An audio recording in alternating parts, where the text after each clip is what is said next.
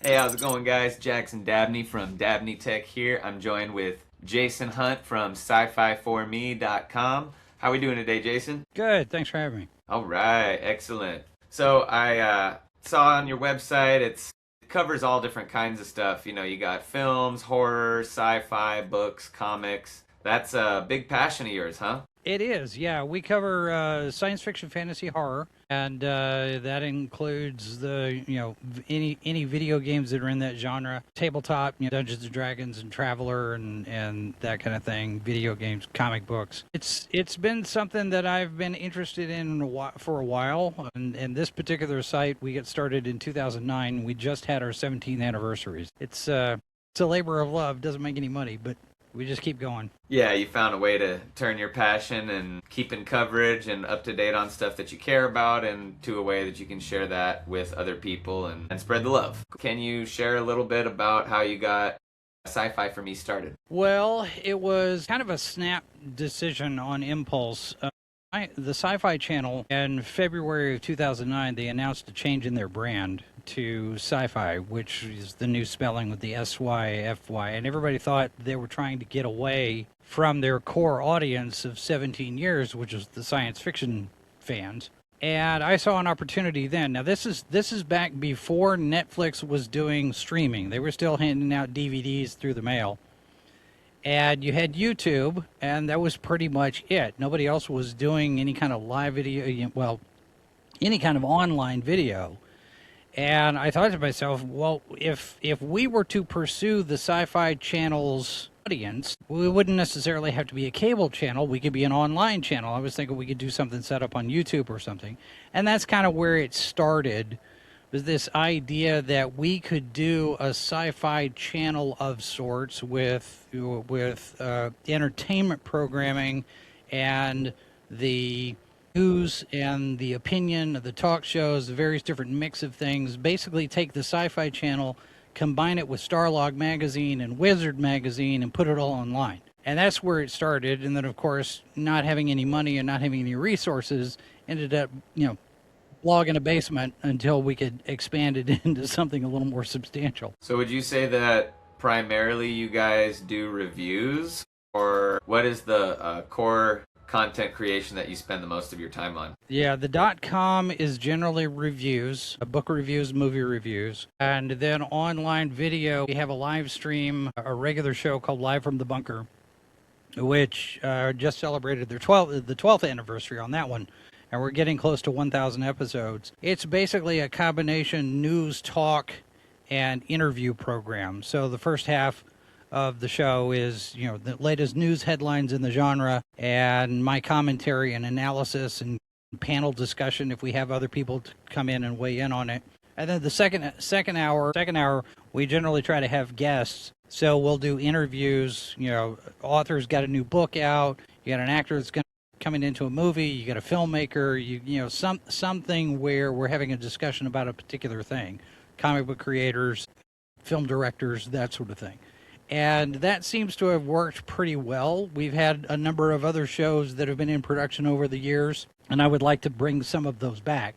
But right now, Live from the Bunker is our flagship show, is the one that we do regularly. And then the reviews are over at the .com. And you also do some coverage at conventions as well, correct? We have in the past. One of the things that we were getting ready to do prior to COVID was live broadcasting from Comic-Con events.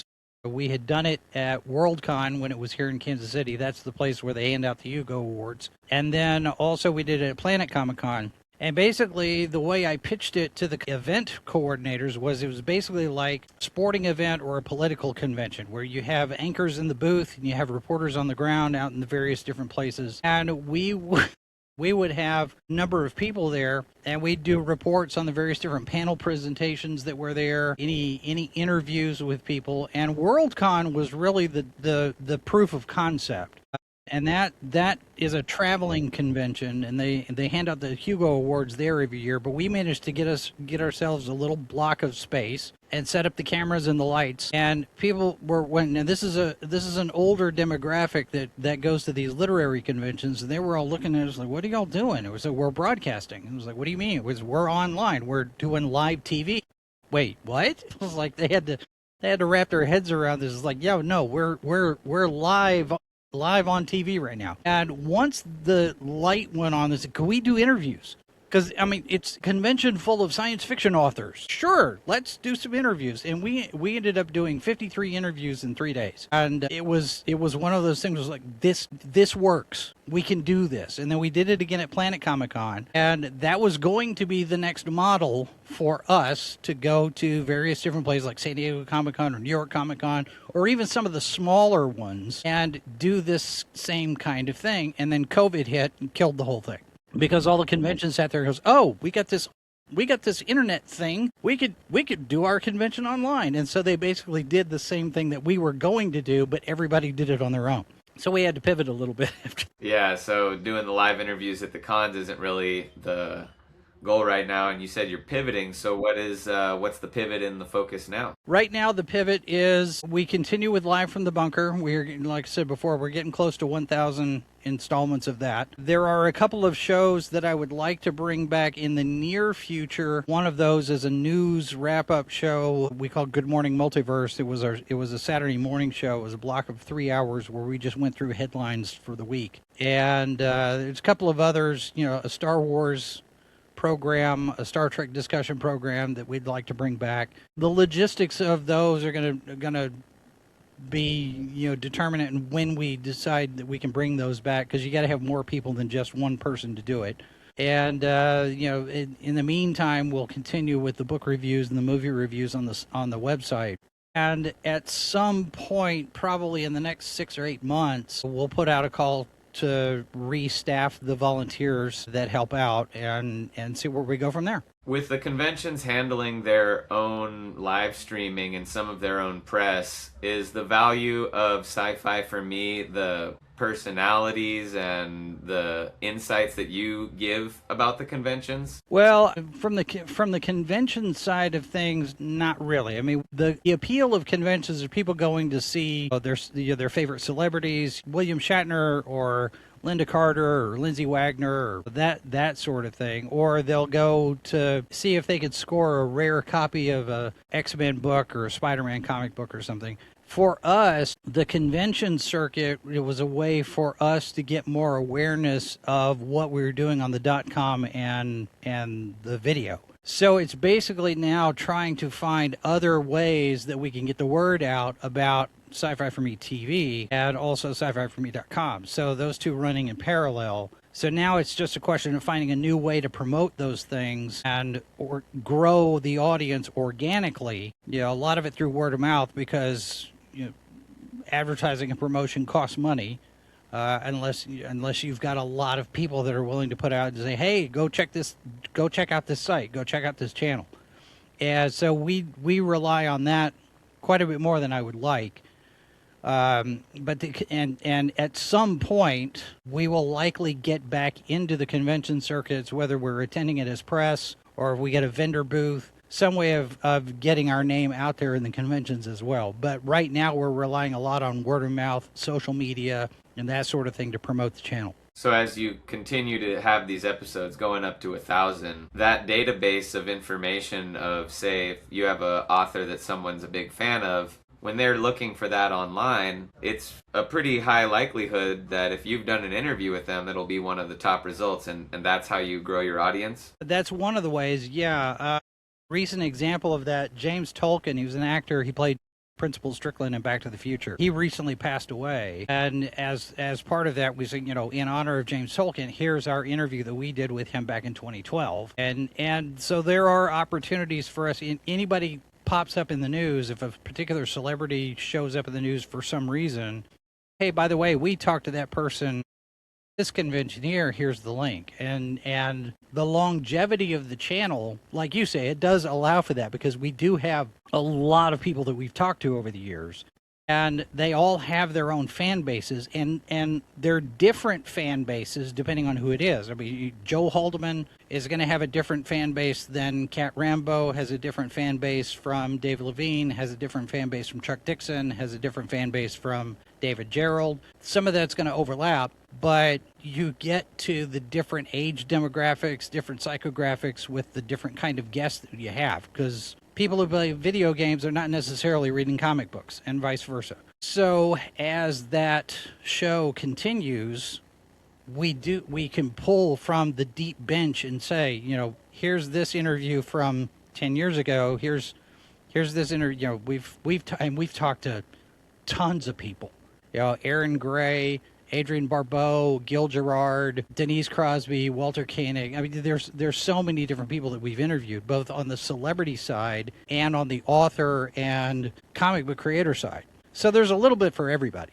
Okay, and how else do you spread the word aside from word of mouth and content creation? Do you use any other outreach tools?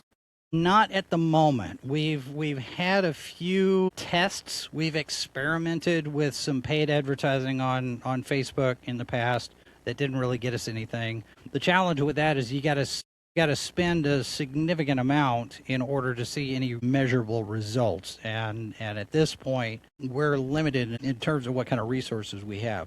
Now, we've also got, besides regular social media, we're also on Discord, and we have various different video channels besides YouTube. We're also on Twitch. We're also on Rumble. We're also on Odyssey. We'll broadcast live to Twitter, X. So there are those places, and then that makes it easier when we're broadcasting to, say, Twitter. Somebody can go back and they can just repost those links, and that helps expand the reach of those posts. And then we'll probably do some more in terms of advertising as we get closer to the middle of the year, into the year.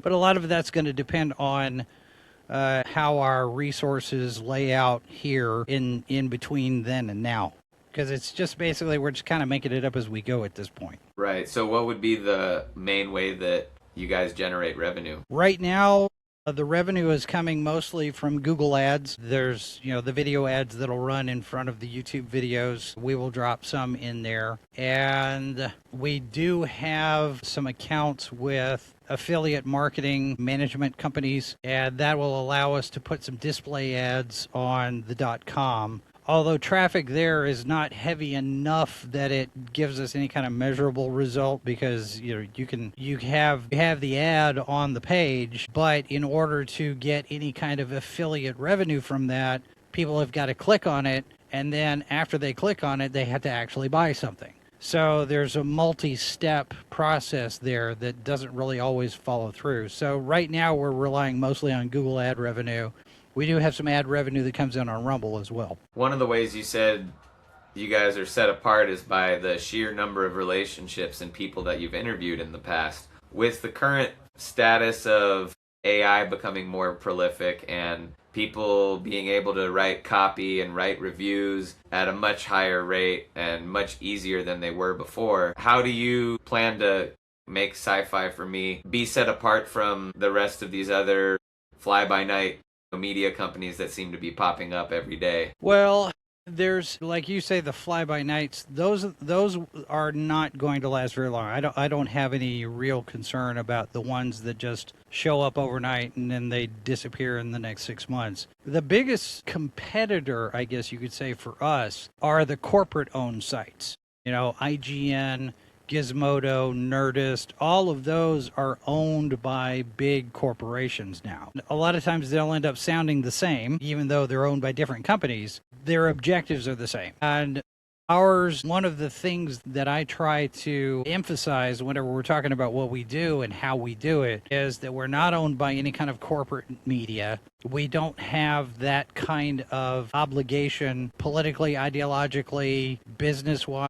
We're not being told what to say. The studios don't pay us to say nice things about their movies. We're not connected to anybody. And I think it's a selling point right now, given the discourse that's happening online. I think it's a selling point also that none of our stuff is generated by AI, because that has caused a lot of consternation to the point even where Disney has pulled out of their $1 billion deal that they were just about to do with, I believe it was OpenAI, whichever one it was. I can't keep track of them. There's so many of them now.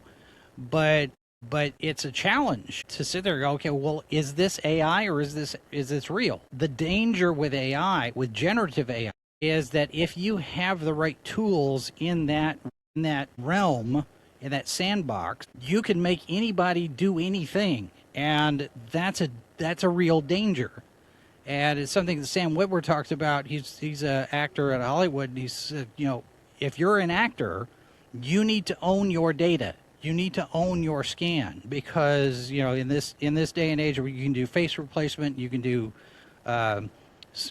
motion capture and all of these things.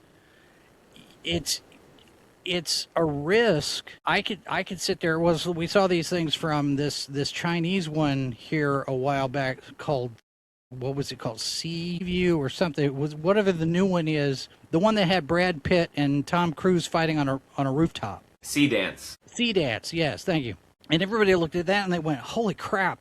This has gone way farther than it should have." And as an assistive tool, sure, AI has its uses, but the generative side of things, yeah, it's going to democratize creativity to a point. Sure, anybody can make any kind of movie and they can do whatever they want. But the question of ethics and copyright and all of ownership comes in still to play on that, where I can give Claude, I can give Seedance a prompt, but they're pulling the raw source material from stuff that other people have created.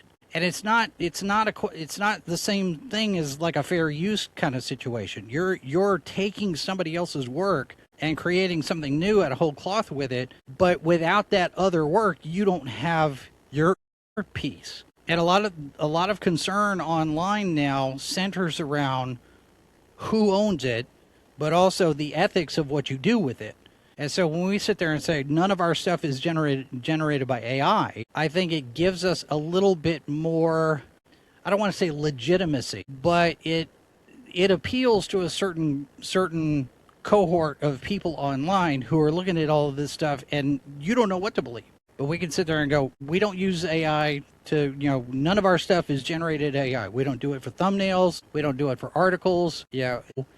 There's a group of people online that will gravitate toward that. And do you plan on keeping it that way, of no AI usage at all for the creative side of things, including like thumbnails and stuff like that? Yes. Yep. We are a no AI shop.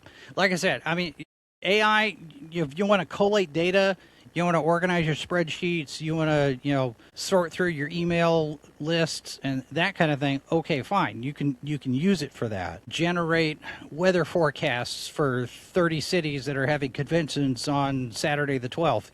Those kind of things. That's a tool that you can use organizationally. But creatively, yeah, it's completely off the table for us, and it always will be. Do you currently use AI for the administrative side of things in that regard? Not yet. We're talking about some different things that we can do. I've got an IT guy, a friend of mine that volunteers the IT services for us, and he and I have been talking about some different things that we can do with those tools. And my wife, who helps run the site, she and I have been talking about some different ways that we can streamline some of those tools for organizing our list of conventions that we have on our site, because right now we have the largest online list of Comic-Cons and events anywhere in the world, and we're sitting close to 3,900 events, and it continues to grow as people organize new Comic-Cons, new events, and it's hard to maintain that list. So we're looking for tools that'll help us with that. And then some of that stuff organizationally will help when we start to bring back shows like Good Morning Multiverse, where we can sort headlines and do searches, kind of like the old Google alert, where if I do a search for Leonard Nimoy, and then I could set up a Google alert so that anytime somebody publishes something new about Leonard Nimoy, I get a ping. Stuff like that. I can see using AI in a way that does stuff like that. Yeah, keeping it on the behind the scenes and the administrative and information organizing, but never for actually creating stuff. Right. So how is the AI revolution affected your guys' strategy as far as content creation and everything? Like, Well, it hasn't, okay, because we're not using it for content creation. okay. I guess I would say then, if it doesn't affect you personally, has it affected what your strategy and what you're going to focus on? Not really, because we're on the review side. It's here's a book, I read it, I'll tell you what I think about it. Movies the same way. And on the broadcast side, for Bunker at least, I'm collating headlines from various different places. I'll read the news items, tell you what I think. And from a content creation side of things, really, there's not any place within that where we would need it. I guess maybe you could use something like that. Of course, this goes back to the organizational side of things, using AI to pull out clips or to do transcripts. I haven't had very good luck with that, but stuff like that. But that's not a it's not a content creation kind of thing. That's just you pull a clip from something that you've already done. You're not creating something new. Having it as a way of generating ad copy, I don't know, but I've been in media for 40 years. I can write a Facebook ad. So I don't see us using that. Really, in our particular sandbox, I don't see using any kind of AI for content creation at all. But Okay. I'm old. I'm a dinosaur. I'm 56 years old. I'm from a time where we were using 3/4 inch videotape, and so some of this new stuff, it was like, I don't need it. I don't trust AI. Yeah, a lot of people are skeptical, and the bad actors in the industry also can kind of annoy people. Like when you just see the same style of writing where it's a lot of simple, like simple sentences. It's not compound sentences. There's no and, there's no but. It's just a series of single lines like, you wouldn't believe this. Yeah. I just went to this sci-fi convention. And you can tell, it's obvious. Well, and not only that, but you have these stories of the generative AI hallucinating and making up things out of whole cloth that are not part of the prompt that you give them. I did a test once to see which AI system, ChatGPT, Google Gemini, Grok, a couple of others, to see which tool would be useful in transcribing our shows. And it was a detailed prompt, and the more I tried it, the more detailed I had to get, because every time I did it, I would get this gobbledygook text that mentions stuff in the Middle East and Richard Nixon, and also I'm like, I that's not anywhere near what I'm talking about. What is this?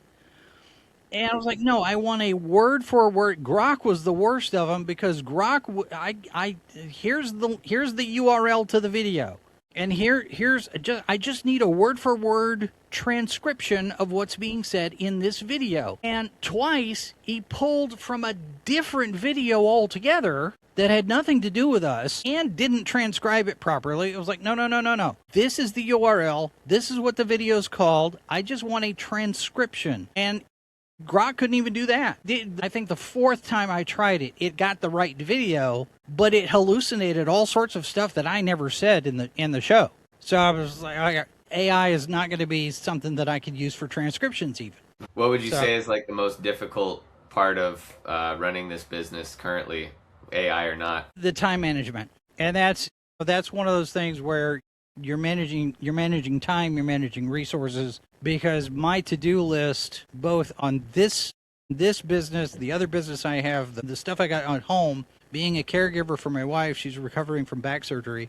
So all of these different obligations that I've got, my to-do list is probably a good 6 pages long. And it's finding all of the time to manage everything that has to be done, and then the stuff that I want to get done, and the stuff that I'd like to get done one of these days. You got to prioritize those things. And sometimes those priorities come into conflict because there are deadlines, and I got to do this in order to get that done, and I got to do this first and then do this. It's, time management, for me, is the biggest challenge, especially since it's primarily just me doing this. My wife helps. I've got a couple of other people that that will contribute articles and things, but mostly it's just me. And so I'm having to manage what I do here and try to fit it into everything else that I've got to do outside of this.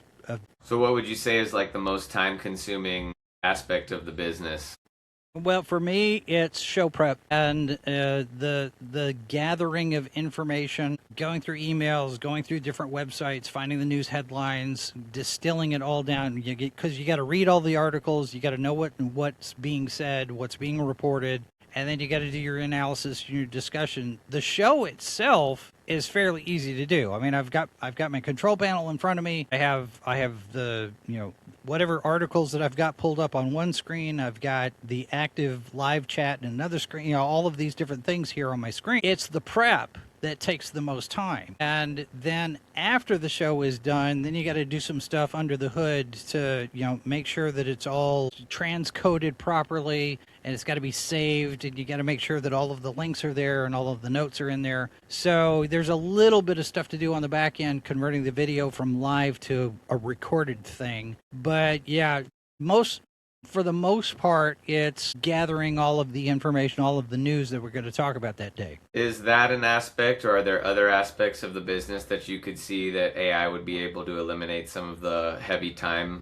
aspects? Well, like I said, if you're using it like the old Google Alert, I could see some use there in terms of AI as an assistive tool, but you've got to take the time to program it so it knows exactly what it's doing. Otherwise, it's going to pull up stuff about, dropping bombs on Hiroshima and not the latest Super Mario Brothers movie. I mean, it's really, AI is generally stupid and clunky, and it's garbage in, garbage out. And so far I have not, but I haven't, let me back up a little bit. I haven't played with it enough, really, because I don't trust it.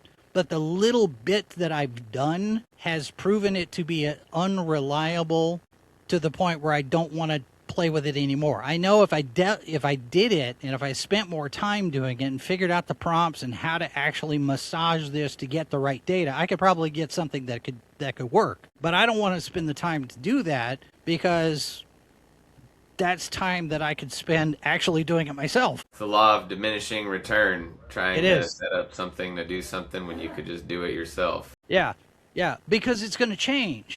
Because, I could set up, you could set up a search thing for, like I said, Super Mario Brothers, but that movie is here this weekend, and then it's gone in 30 days, and maybe it's streaming, and it's not going to be in the news cycle anymore.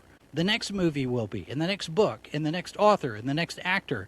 And so this thing's going to just completely churn over and over and over and over. So you're going to have to constantly be modifying that prompt in order to make sure you get the latest stuff and not some article from 2013, Yeah, with constantly changing news stories, it's hard to... And also the constantly changing LLMs, like each time the LLM gets updated to it behaves a little bit differently, so you have to change your prompting slightly as well. So you got started with sci-fi for me from being a fan of science fiction, comic books, media, all that. Yes. How did you turn that passion into a show? Like, what was getting started for that like? Well, a lot of it was self-taught, trying to figure out how to do something like that. This is back in the day where Google did not own YouTube at the time. Netflix wasn't doing streaming. So a lot of stuff going on back then in the early 2000s. When you're setting up a website, you just go to someplace like GoDaddy or WordPress. At one point, we went to a WordPress site, and a lot of it was just do it yourself. And a lot of research, looking online, figuring out HTML code. Oh, well, I want this site to do this certain thing. How do I make it work? Looking up the HTML code, and a lot of experiment and testing. Oh, well, that doesn't work. This is outside the margin. I gotta change this and do that. And then once the website was established and I had built the code, then it was getting on various different media lists. So contacting the studios, contacting publishers, getting in touch with the comic book companies and the video game companies, and getting on their press lists so we could start getting press releases, we could get interviews, we get the latest news, review copies, that kind of thing. And it's remarkably easy to do. It may not be as easy to do now, but 20 years ago, it was fairly easy because everybody was doing their own website. It wasn't all live streaming video and social media back then. I mean, we were all on MySpace. That's how far back this goes. So it was just basically, all right, I've got to buy the URL address and then set up a Facebook page, set up a Twitter account, because those were the ones that were there. We got on YouTube in 2012, and it was just basically kind of, okay, what do I need to do in order to do this? I got this one thing that I got to do. How do I do it? And I'd look up whatever I needed to know, learn how to do it, and then just go and do it. A lot of this is self-taught as far as the online stuff, but as far as media goes, I've been doing this since 1988. So some of this stuff was old hat for me in terms of video production and going out and recording interviews and talking to people and doing the journalism side of things. This is stuff that I've been doing since I was 18. Since it's a lot easier to set up a website with all of these no code, you don't even need to know HTML to have your own website and everything's on social media. Do you find that there's a lot more people doing this now than there was? And is that like a reason why it's more difficult to get those press relationships than it was before? Well, the difficulty on that, the media sites are a little bit more picky in terms of criteria. You need to have a certain number of followers. You got to have a certain amount of time that you've been in existence. They're not getting people that are just right off the bat, I just set up a website, I've got a blog. They want people who have a track record. If I put in to get on a media list, they want links to stuff that we've published. They want links to videos that we've done. They want to know that you're a little bit more legit than just say, hey, I've got a blog. And so there's more stringent criteria now than I think there has been in the past. And a lot of that is because of what's going on with social media. Because if I come in and I've got 100,000 followers on Instagram, that's a lot more appealing than Joe Schmo that's going to have 100 followers on Instagram. The social media footprint matters a whole lot more these days, sometimes to the detriment of the project. But we've even heard now in Hollywood, a lot of casting decisions are made for actors depending on how many followers they got on Instagram, which is like, okay, hold on. You should get the person who's got the talent to do the part. It doesn't matter how many followers they got on Instagram. If they can play the part, it doesn't make any sense to me. But it's a marketing thing. The advertising, the marketing people are in charge of a lot of things. And if you've got an actor who's got a really substantial social media following, then that actor can post out, say, hey, go see my movie, and 1 million people see it. Well, that's advertising you don't have to pay for. Yeah. And it's changed the dynamic of all of it coming out of the entertainment business. It's like the follower count is the gold these days. Yeah, it really is. And that goes back to something that we've talked about on a number of occasions. When it comes to social media, you are the product. You're not a consumer. You're the product that the social media sites are selling to advertisers. And the algorithm pays attention to how much interaction you have, how many followers you have, what you're interacting with, and that determines where you get seen and what you see next. And it kind of feeds in on it, so it's just a snake eating its tail at that point. So social media has changed the dynamic for everything, and not for the better. So if you had any advice for someone that wanted to start like their own media website or start doing broadcasting and reviews and whatnot, what kind of advice would you have for a young person or any person trying to get into this? Don't quit your day job. Don't expect overnight results. Manage your resources. And it's really easy to start. You got a camera and a microphone. I've got a pretty elaborate setup here.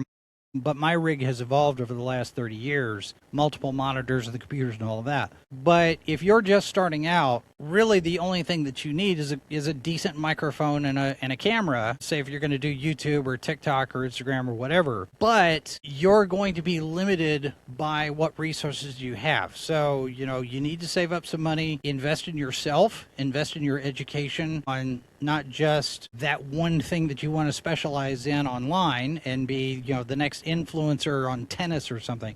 You need to have a good Renaissance man type education. You need to be well-rounded. You need to know what's going on in the world. You need to know what's going on in your neighborhood. Economics, business, politics, history, all of those things come in to give you more legitimacy as a person who can actually have an opinion about something that people are going to pay attention to online longer than 5 minutes. Otherwise, you're just going to be a flash in the pan. You're going to get your 15 minutes on TikTok, and then they're going to be paying attention to somebody else. You need to bring something more substantial to the table than just your face and your voice, and here we go. The other thing is that when you get started, you're going to be spending some money. Whether you're spending money on ads, you're spending money on equipment, you're spending money on education, training, workshops, different software packages.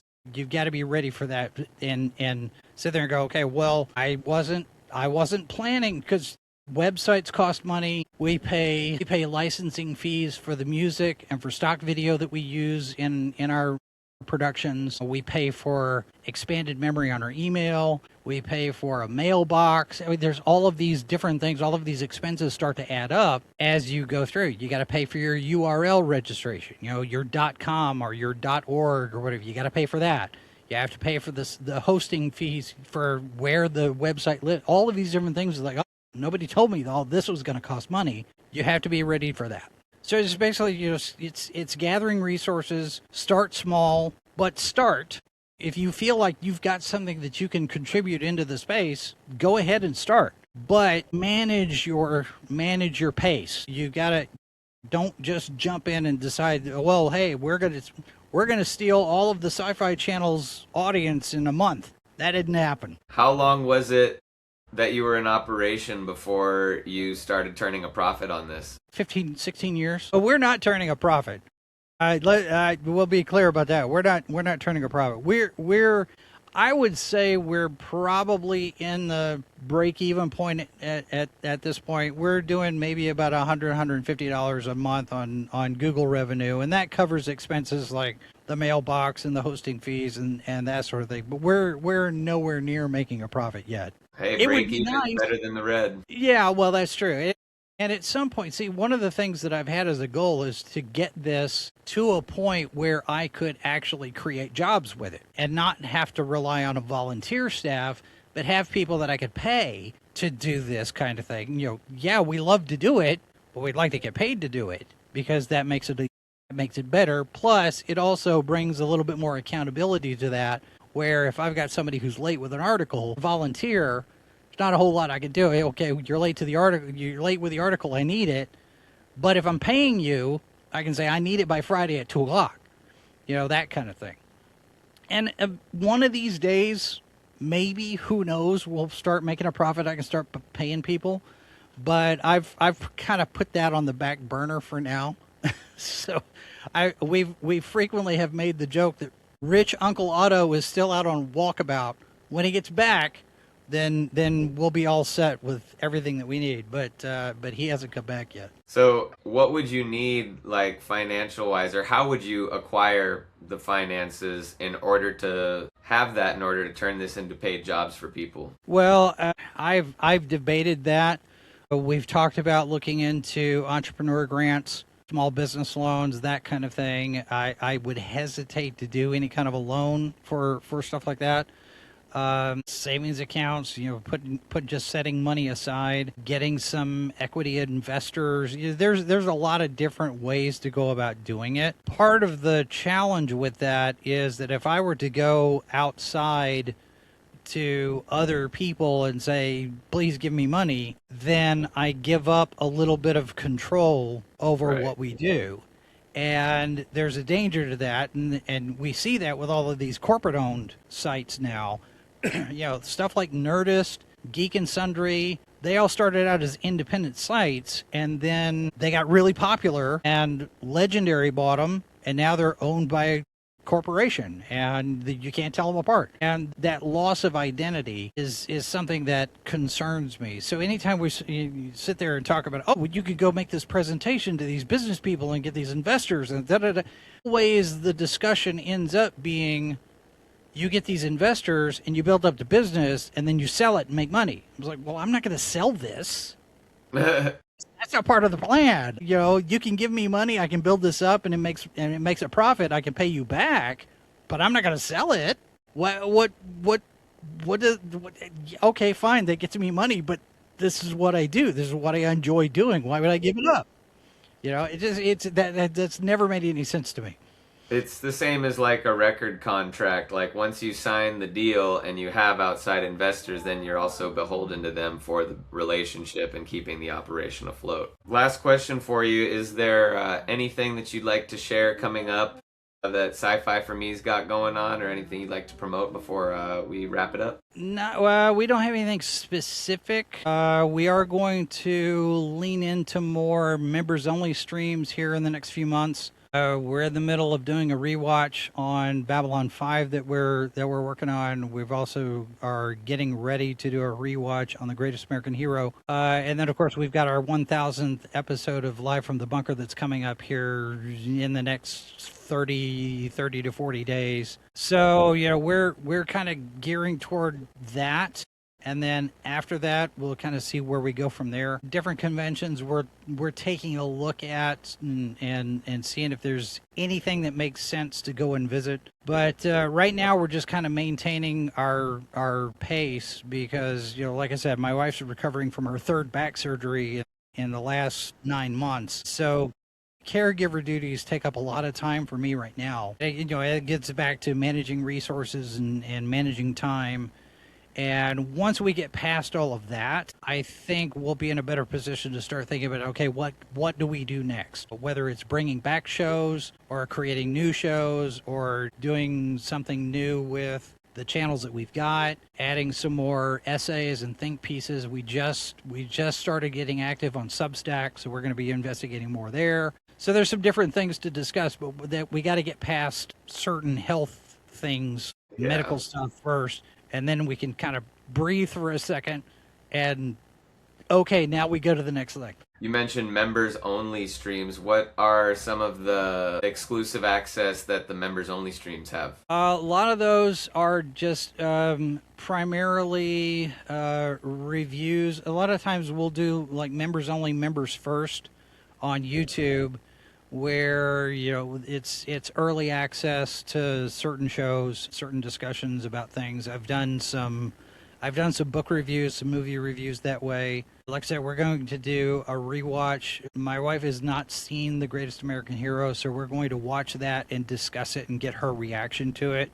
And we're going to start that as a members first thing, and then we'll make it open to everybody else, like a couple 2-3 weeks later. But the members thing has been a work in progress, where, you know, we've just recently started that stuff in the last 6 months or so, and we're still feeling our way through. It's like, what can I do for members only that I'm not doing on the regular? Because this is what we do. We're doing the same thing. How do you make something that's the exclusive for members thing and make it any different from what you're doing other places? So that's been a challenge, but we've basically figured that if we do it as a members first thing, then you're basically getting early access to our material, and then eventually it rolls over. But, you know, so we're still getting a feel for it. But we've got probably a dozen members, a dozen paid subscribers over on YouTube. It's not a lot, but it's a start. Okay, cool. Well, I wanted to thank you for coming on the show and sharing all of your experiences with us about the sci-fi world and starting a business from not the dinosaur age, but back before it was not quite as easy as it is now with Wix and Shopify and all that. Yeah, sci-fi4me.com. This is Jason Hunt. I wanted to thank you again for coming on the show. Yeah, thanks for having me. It's been a pleasure. All right. You have a good one, Jason. You too. Thanks.